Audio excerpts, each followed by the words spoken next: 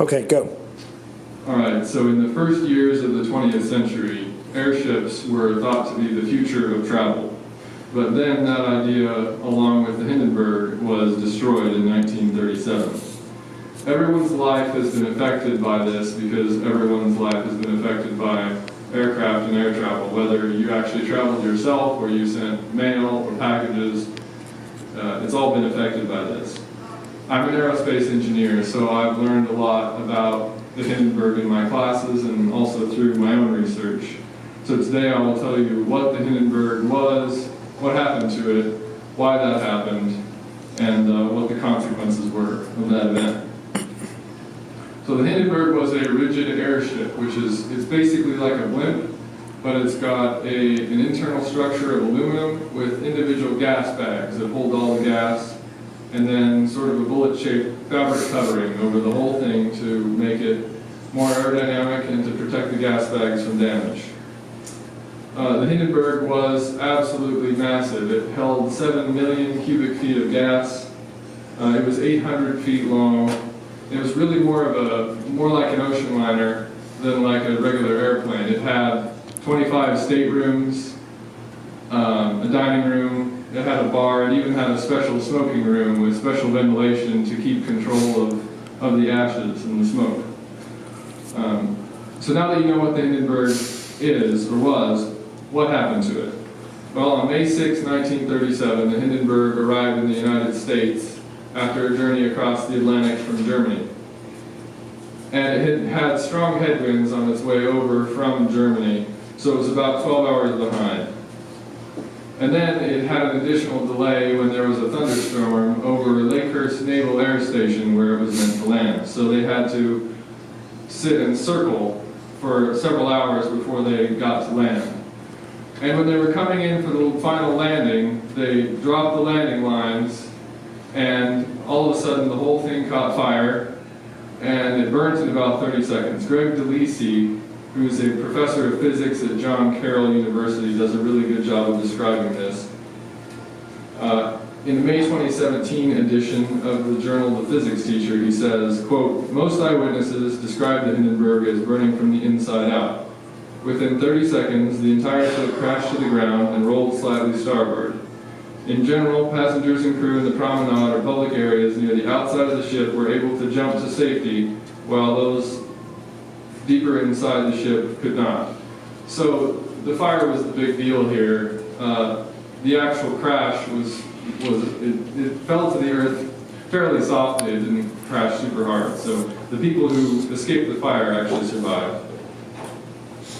So now that you know what happened to it, why did this happen? Well, there were some design compromises inherent to the Hindenburg, and also the pilot was in a hurry because they were way behind time-wise.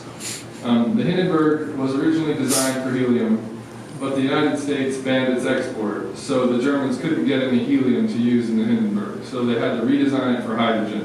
Hydrogen is extremely flammable, and so that's obviously the main reason that this happened. But the source of ignition for the hydrogen was determined to be static discharge. The aircraft has been flying around in very statically charged air due to all the thunderstorms. So when they dropped the landing lines, that gave a place for the electricity to go. It went to ground and there was a spark. The other thing you need for ignition is something to burn. The hydrogen is normally inside the gas bags, but we have reason to believe that one of the gas bags was torn. According to Hugo Echner, who was the head of the the Zeppelin company who built the Hindenburg at the time, he's quoted by J. Gordon Baith in his 1958 book, Graf Zeppelin, quote, "The ship made a fast, sharp turn during its landing approach. I believe that a bracing wire gave way and during this maneuver, and that the end of the wire whipped about and tore a large hole in one of the cells. So this then released a bunch of hydrogen, which was then ignited by the electrical spark, and then the whole thing burned in about 30 seconds to a minute. It was really fast and really impressive to watch. So what were the consequences of this disaster? Well, really, it was a disaster for the people on board, obviously, but it was also a disaster for airships, the whole concept of an airship, because this was the first major disaster like this to be caught on film. Also because the Hindenburg was such a big deal in the U.S. It was so big and so interesting that everyone was interested in it. There was a radio reporter there making a live recording. Joanna Walters in May 7, 2017 edition of The Guardian says, quote, "The Hindenburg crash was the first major transport disaster captured on film, and dramatic footage ever since paired with a recorded commentary by a reporter who reacted in horror to the shocking scene before him." So this guy was there recording, just making a normal recording for the radio, and the Hindenburg, it basically blew up, and so you had this raw emotional response to it. And this basically ended the whole idea of airships in the public's mind. So in conclusion, I have given a synopsis of what the Hindenburg was, what happened to it, why it happened, and what the consequences were. This is a really good reminder to stay vigilant, especially in something like aviation, which is very unforgiving to mistakes or misjudgments. And as I mentioned in the introduction and just a second ago, this disaster really changed the face of aviation by removing the airship from the public's concept of what aviation could be in the future. Thank you. Very good, thank you.